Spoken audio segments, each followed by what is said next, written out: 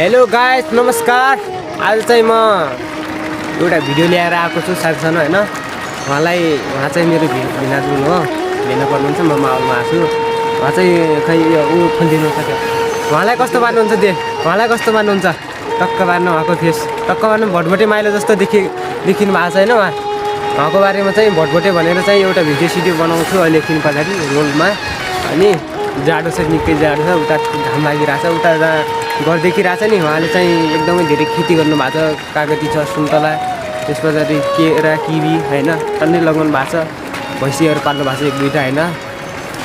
अनि घाम पनि ऊ त्यहाँ अब लगाइसक्यो। घाम पनि जाडो थियो, अब घाम ताप्नको हतार थियो हैन।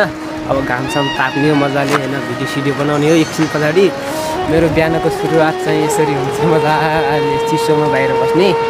अनि गाईहरू अनि ऊ त्यहाँ देख्नु भएको छ मेरो पछाडि ब्याकग्राउन्डमा चाहिँ छ कागती हो चाहिँ। त्यो चाहिँ आजभोलि सन्तला पाउँदैन हैन, पुसमाग भइसक्यो।